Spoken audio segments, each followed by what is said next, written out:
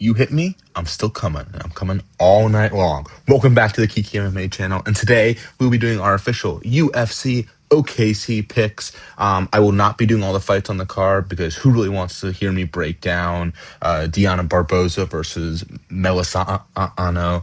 So we're gonna jump up a little bit. We're gonna do the top three prelim fights and the whole main card. So let's get right into it with Levi Rodriguez Jr. versus Felipe Franco.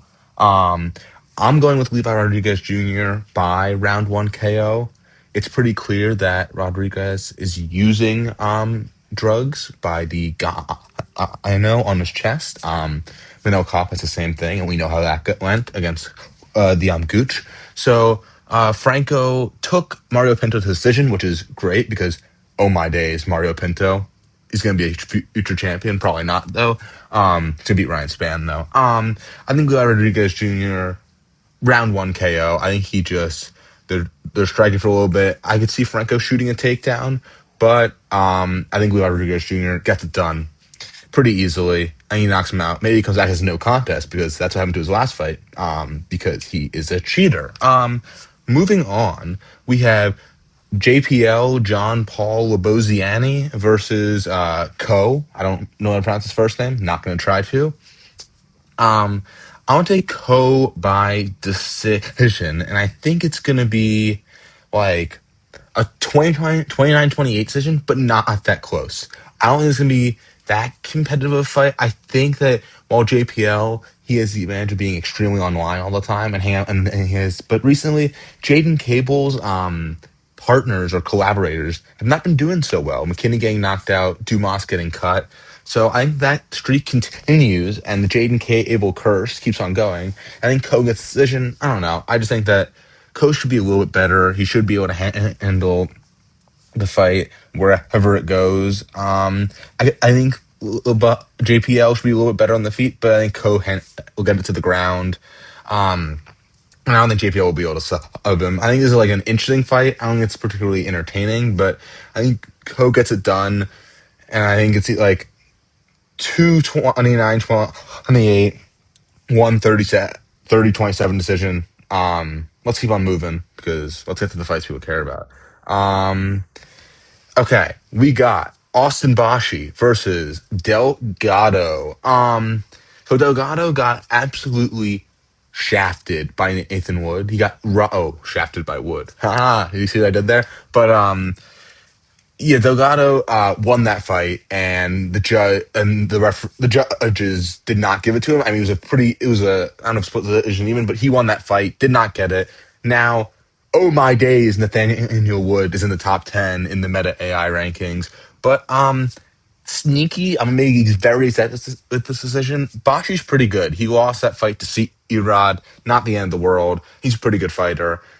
I think in the scenario, it's gonna be really close, and Delgado's gonna get robbed again. I think Bashi gets the nod here by a very close split decision.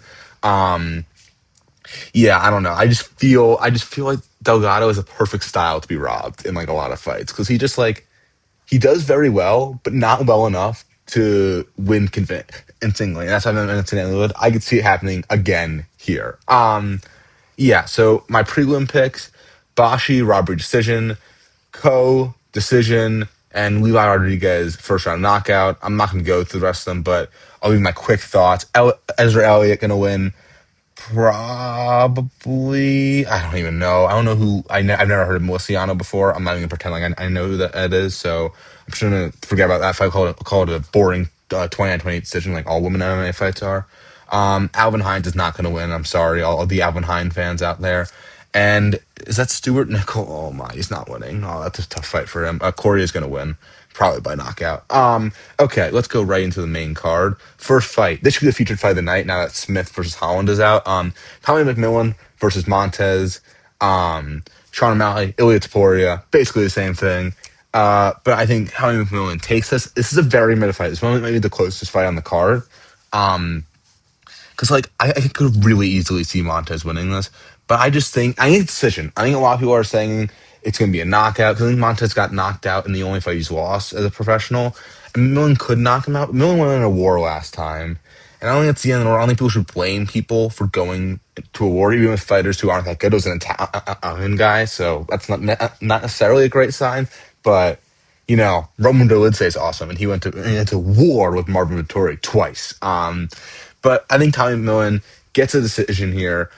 It's like probably close, but I just think that the striking, I don't know. I can't see it getting to the.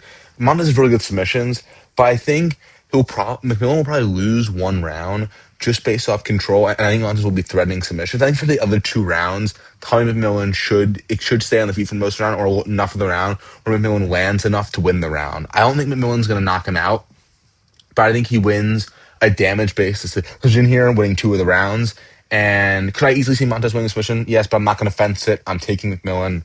That's final word. Next fight, which is a squash match, is Fatima Klein versus Tabitha Ricci. Now, let me just take you to Tabitha Ricci's record for a second. In the UFC, she lost by KO to Manon Furio, however you pronounce it. Beat No Name, No Name, No Name. Did have a win over Gillian Robertson. That's a pretty good win. Lost to Lupe Diaz. Beat, is that Raquel Pennington's sister? I don't know. Another Pennington. Who cares? Um, Angela Hill, that was a very close fight. I don't know if she won that. Lost to Jan Jonanen, however you say that. Beat Amanda Ribas. No one cares about that. It's not really that good of a win. And lost to Androva. But Tima Klein's really good. And Tabitha Ricci is nothing. But Tabitha Ricci sucks. Fatima Klein's going to win by round two KO, and that's a rarity in women's MMA, but she's going to win by round two KO. I'm very confident. It could be a decision, but what is Ricci going to do? Ricci is 5 inches shorter, and Klein's a 6.5 inch reach advantage, and Klein's a striker. I don't know how, I just don't think Ricci can be able to get her to the ground. That's the only way she has a shot at winning this fight, but she doesn't really throw up subs really, and she's not like that amazing of a grappler. Like it's just good. That's how she got here, but she's more or less an industry plant. And I think that Klein is going to challenge for the title someday, and Ricci will be challenging to stay in the UFC in a few fights. So that's what I think of that one. Featured fight of the night: Chase Hooper versus Mitch Ramirez. Chase Hooper is a massive favorite. I don't know how you can be a 3.5 to 1 favorite if you are chinnier than Grant Hudson. Chase Hooper, everybody loses by knockout, or more or less, and he's got knocked out in his last two fights. Like Lance Gibson's not that good. Like Alexander Hernandez is better than Lance Gibson, but he's not anything special either. And Mitch Ramirez sucks. Like let's not forget about that. But Mitch Ramirez can get out of submissions, and I think that in round one, this will be on the ground for the most part. But I think that if Mitch Ramirez can survive round one, which I think he will, I don't think he'll get submitted. I think he'll just be on the ground and probably lose the round pretty easily. I think round two gets on the feet. If you're on the feet with Chase Hooper for more than like 2.5 minutes, you're gonna knock him out. Any strike you land on him, more or less, any combination you land on him, you win the fight right away. So I'm taking Mitch Ramirez, round two KO. That's my big upset of the card. I think a lot of people are taking this, but I think it's I don't. I guess Mitch Ramirez isn't that good, but Chase Hooper, he's just not that good. I mean, he might have strong forearms, if you know what I'm saying, but I just think he's going to submit Mitch Ramirez. And I think that the second they're on the feet, unless Chase Hooper keeps him down the whole time or just submits him, he's going to lose the fight because he gets knocked out the second he's on the feet. So I'm thinking Mitch Ramirez, round two KO. We got two fights left, two bangers. Jared Cannonier versus CLD. This fight, I really want to take Jared Cannonier. I don't think CLD is that good. I really want to take Jared Cannonier, but I can't do it. I can't do it. I can't take a 42-year-old to win a fight. Um, I'm taking CLD by decision, though. I don't think he knocks him out. I think this goes the distance, and I think CLD is piecing up Cannonier rounds one and two, and I think Cannonier knocks CLD down, has him really badly hurt in round three, but can't get the finish and loses 29-28 decision. I'm calling it. It's exactly what's going to happen.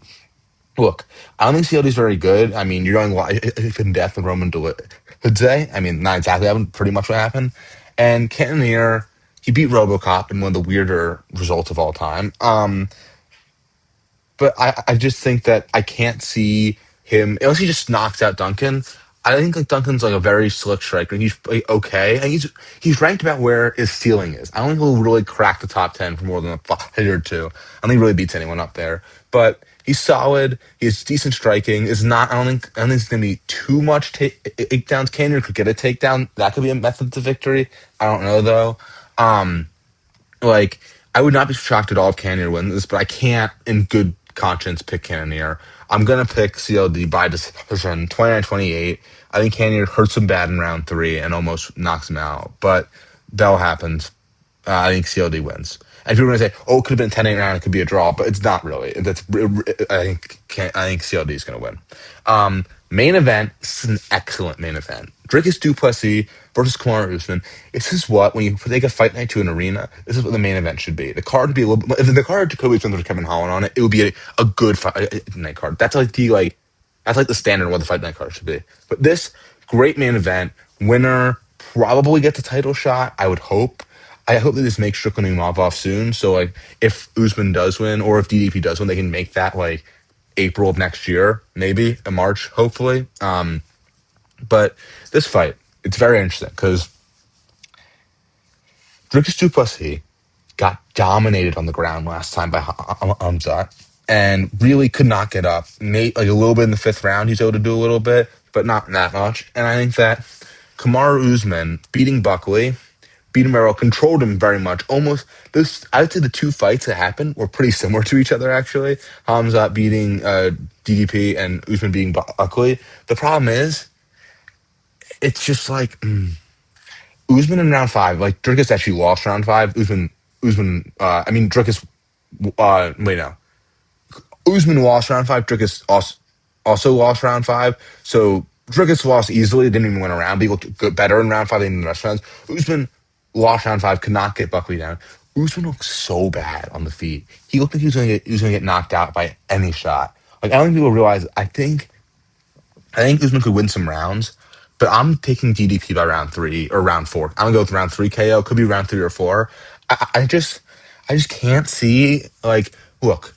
DDP could absolutely get smudged for all five rounds, but Usman's not knocking him out. Usman not submitting you. Only he's going to win is by decision. And I don't know if he can go five rounds because DDP's going to strike. DDP's going to be goofy. DDP's going to be throwing up like random submissions off his back and stuff. Like I can just see if this fight's on the feet for too long, DDP's going to knock him down, ground and pound, TKO him. And that's just what's going to happen. I just think, I mean, obviously it could be smudged, but I really think DDP is just not going to be held down for 25 minutes like he was against Hamza. I don't think Usman's smaller, first of all. And he's not like Hamza's like a once in a generation wrestler. Obviously, he lost to Strickland, but that's not important. Usman, I just don't think he can stay on the feet with DDP for that long. And I don't think he'll be able to keep him down for the whole fight like he needs to. So I will be taking DDP by round 3 KO. Remember, I get no picks wrong. That'll do it for today. Please like and subscribe to Kiki MMA. If you have any video ideas or suggestions, leave them down in the comments below. See you guys.